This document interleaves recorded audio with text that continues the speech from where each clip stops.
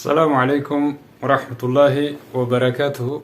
والكمي تولشاو سيني في أكسما دجيني قوتا ما جدو تيجودا سامبو ساب شوربا دكا قدان جرا رفوف تكشوتو نافافي چوساتي برئيسي قروتو كيكتون نيچودا ورئيسا ديگرن جرو ورئيسا مورمان جرو كيكتون نساتي في ورئيسا ديگرنس كومنت جلت لكا ورا غاسا أولن جيچودا خليس تولشان دي مغروتو يادا سادا برفتي جرا يادا سا سنرت أنلين غربودا وان دبردون قبا غروتو كومنتي دبا فوريولو تخنمي كومنت تخنا خيسك يقطنس جرا وري ديبيتو ميچو دغنتوما خمتوس جرا وري قوسوس جرا جرخم مالف سغلينا ما مرني مالف سغلينا ما اوغرني خنجو واسنرت يادا خيبو ديسنيفين خناچو دا جالو اكسيتي مورونيتي قلما في سديسن اكنيا فرد سيدا دبليسن اتي دغيسي بيتا دغيسي بيتن بيقوان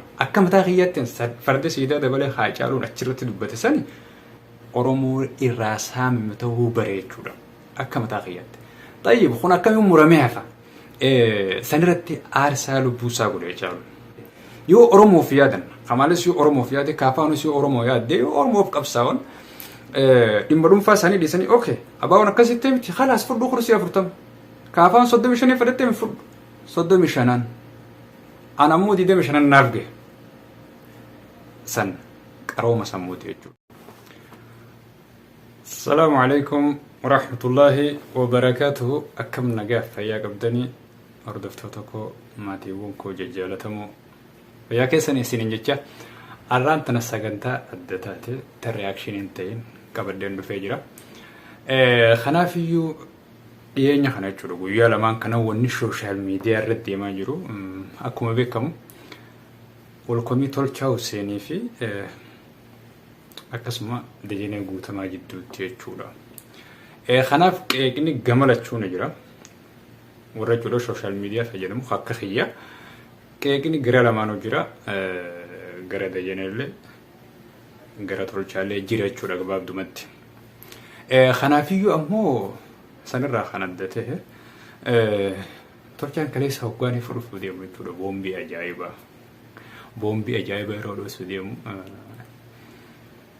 لودوكي بودولتي دي بنا اجندا خنرتي وان برباچساتي يا دخيه قبدن دفاجي توره يا دسنغا قبت هدو فيغروتون حفنه خليسيچودا اكس ارگجي توره بودتي تكشو بود ديبي امو سامبو ساب شوربا دكا قدان جرا رفوف تكشو تو نافافي چوساتي برئيسي فولا فيسبوك سار گديسه غروتو كيكتون نيچودا وريسا ديگرن جرو وريسا مورمان جرو كيكتون ساتي في وريسا ديگرنس كومنت جلت لك ورا غاسا اولن جچودا خليس تولشان دي مغروتو يادا سادا برفتي جرا يادا سا سنرت انلين غربودا وان دبردون قبا امو امان تنچودا ور كومنتي را خنا كانني اران تنچودا فول فيسبوك ساجلتي غديسه oromo daf qabsaawu daf wonne feetef duunan deebstu jeeture garuutu كومنتي دبا فوريولو تخنم كومنت خنا خيسك يقطنس جرا ور ديبيتو مچودا غنتوما خمتوس جرا ور قوسوس جرا خنافيو كومنتي له هاغا قدلما تكاواغا خدتكا تكابدن أسرت سنف دبسوف في جرو غربودا يا دخية شورا اتني سنة بيا يعني إني خلي خاصة جرخم مالف سجلنا ما مرني مالف سجلنا ما أقرني خنجو واسن رتي يا دخية بودي سنفين خناة شورا أمان تنجروتو نايف عبان فيسبوك أنا ديجرتوني كأكما تميرة كيسة سنتي وهم دلاك تسيقولني يجي شورا لقيت اوكي اني تيانو سيفن طه جوار محمد جدي جبا اوفي اباتو جبي فتا ابشير كورمكو يت ججبستي جرتي تولچا اوكي اني تيانو عبد ذاكر حكا اوروموتا فلمو إرا وانت سيدي بسوهنجرو ايان وانت دي بسوهنجرو توفيق كدير أوروميا إرّا tolcha haasawa arraba kee dheengaddaatiin ilaalchi ummanni siif qabu baay'ee gad bu'eera. Akkam arraba akkasii fayyadamta ati jee mallattoo gaabii hedduu abbaa afur dura kaaya jechuudha. Arraba sana illee kaleessa yerooniif inni dura leebii seenu dhageen jira. Nama miidiyaa irraa garuu arrabni akkasii hin barbaachisu. Ati maraafuu akkasanitti illee dogongortee jirta. Okay, amma tanaasumaan irra dabarra. Kompiitara maallaqa buqqaatota baaleetiin bitatte kana hin cabne hanga yoonaa abbaa shullatu jedhe jechuudha. Kuni ammoo maqaballeessii natti fakkaata. Okay. Nuuriyaa ofiin bultuu Arsii tan jedhamtu fayyadamtuun social media Facebookaa itti muddikaa waaqa jabaadhu kaayatteeti miira jaalalaa keessa fi ammallee deebitee kolfite jechuudha. Okay. Alex Oro namni jiru osoo wanti fedhe galee kijiba kee irraa namni dubbitti sii deebisu hin jiru jechuun bilaashuma takkaawu akkanumaan haasawta malee namni si dhagee hin jiru takkaawu namni dubbii kee fudhatu hin jiru waan jiru natti fakkaatti. Tamaam ammoo innilleen jechuun komentii arrabaati hin barbaachisu. Okay. Booni sabaan maal jee seetan dhugaa dubbachuuf gandummaa naan hin jedhinaa. Guddaa keenya ta'ee xiqqaa keenya Oromoo Arsii keessa jabaatu Oromoo Arsii keessaa jabaatu maaf irratti duulanii garuu as jalatti naaf deebisa. Hanqina barreeffamaa qaba. Kun jechuudha komii jechuudha komii. Kanaafiyyuu innis gara gandumaa kute jechuudha. Mush saniifi miti.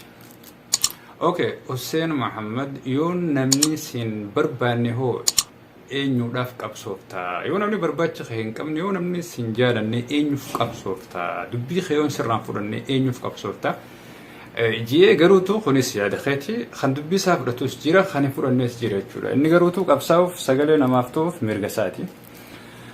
Okay, Markishoon ammallee itti deebi'ee qoosaa jechuudha. Deeksitoop san naa ergi desktop kana naaf ergi jeenini akkas. Okay. Abdullah Jamal dachii fi samiin yoo diigamte ati uumaadhaa qooyi jee mallattoo gaafii kaa'e ajaa'iba. Saamuu Oromoo Kuush ammoo abbaa feeta caaltaa wallaahi nuuf jiraadhu yoo dogongora qabaatte sirreeffadhu malee hamaa kee hin feenu tolchaa waan gaariitte.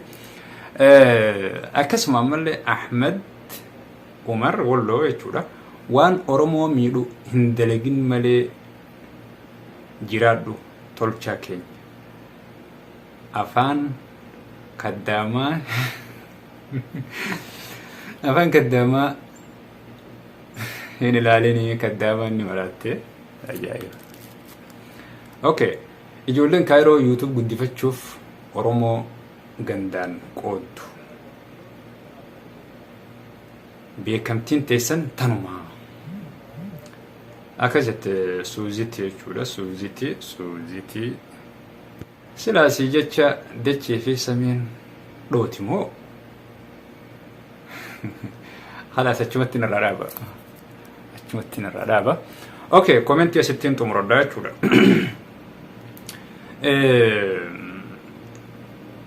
Dhugaa dubbachuudhaaf jara keenya miidiyaan akkuma namuu beeku seera qaba, gulaala qaba, manaajara qaba, daayireektara qaba, boordii qaba.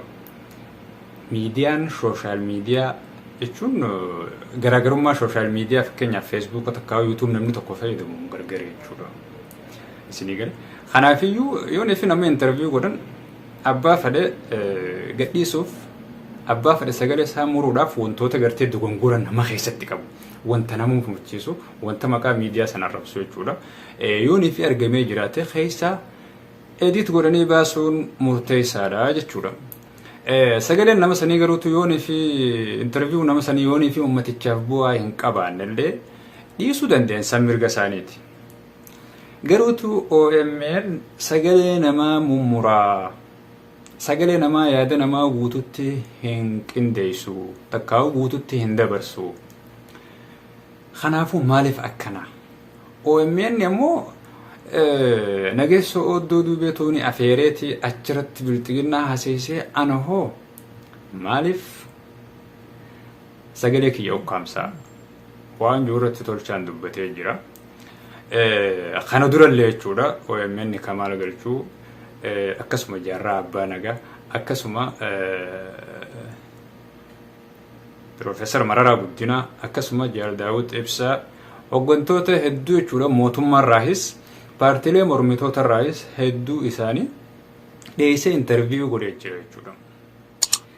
Garuutu interview amma dura sana irratti hayyoota dilee godhame kana keessaa namni OMN interview kiyya guutuu naaf gadhiisu qabaa jee dubbate Jeneraal Kamaal qofa kan biraa hin garre nama dubbate hin garre jechuudha. Yoon ifi argitanii jiraattan garuu murteessuu dandeessan.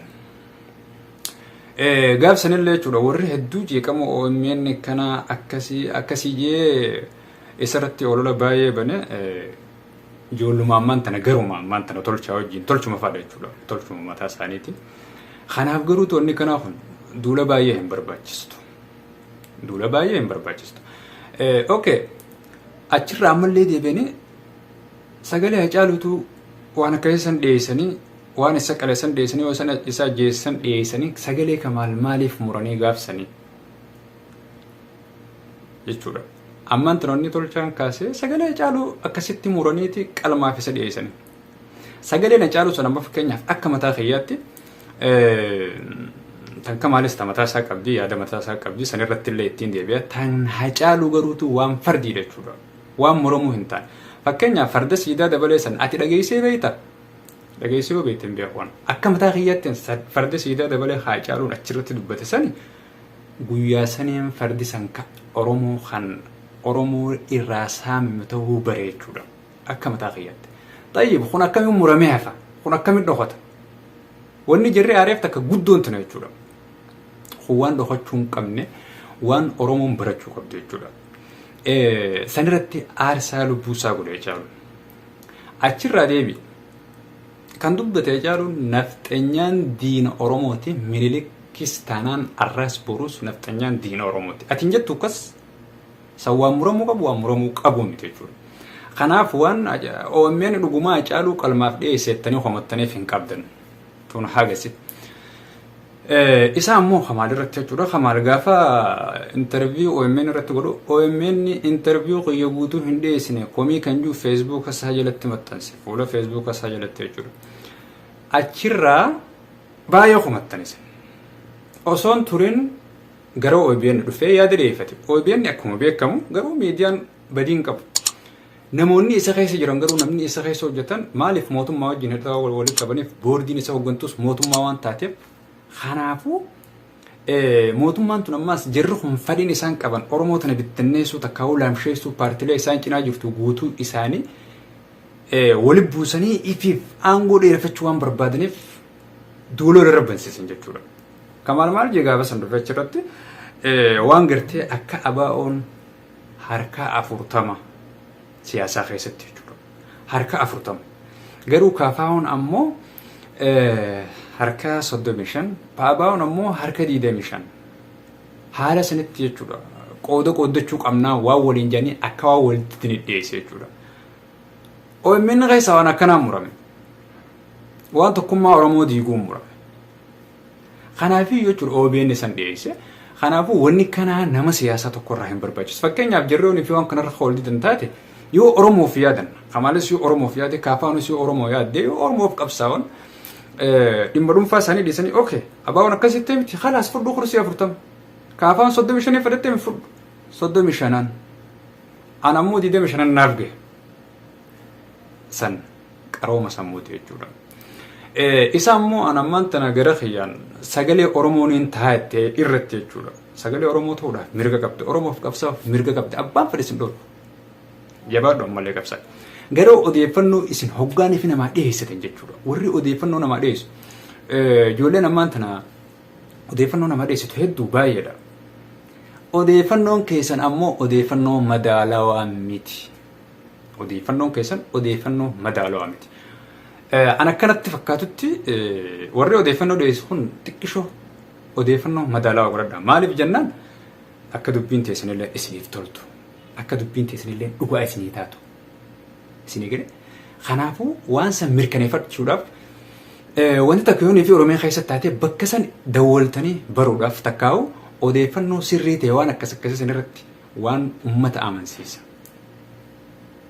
Namaa dhiyeessuudha malee akkanuma lafaa kaatanii hoggaanii fi odeeffannoo dhiyeessinattanii oduu himnattanii wooma lafarra jirre faa himtan gaarii miti wanti akkasii. Amma fakkeenyaaf Hamza Booranaa odeeffannoo dhiyeessaa ture raadiyoo daandii haqaatiin jechuudha. Guyyaarraa odeeffannoo dhiyeessaa ture. Jala bu'eetii maallaqa isaa baasee bilbila isaatiin bakka itti rakkoon sana uumamte guutuu isii qoratee uummaticharra as baasee nutti himu. Isin garuu guyyaa tokko mee Oromiyaa bilbiltanii beeytanii? Guyyaa tokko Oromiyaadhaatti bilbiltanii bakka rakkoon jirtu san jechuudha. Hubattanii maalii wanni kun jettanii beeytanii? Kanaaf waan akka isin irratti nagalle. Odeeffannoo keessan madaalawaa godhadhaadhaa uummatattiin as ba'a. Uummata hin burjaajeessinaa waan gaarii dalagaa jirtanii. Odeeffannoo uummataa dhiyeessuu waan gaariidha, waan bareedaadha. Garuu akka miidiyaalee warra nafxanyaatti waan lafarra hin jirre gartee ka'anii lafaa uuman sanitti isinillee waan lafarra hin jirre hin uumina. Odeeffannoo keessan tolfadhaa qulqulleeffachuudhaaf baay'ee yaada. Lafaa fuutanii uummatatti ni minaadha. Kana awwannin dubbachuu barbaadu obboleeyyaa kiyya gara kiyyaan dhaamsa kiyya fixadheetiin jira. Viidiyoo kana share, like godhuu hin dagatinaadha.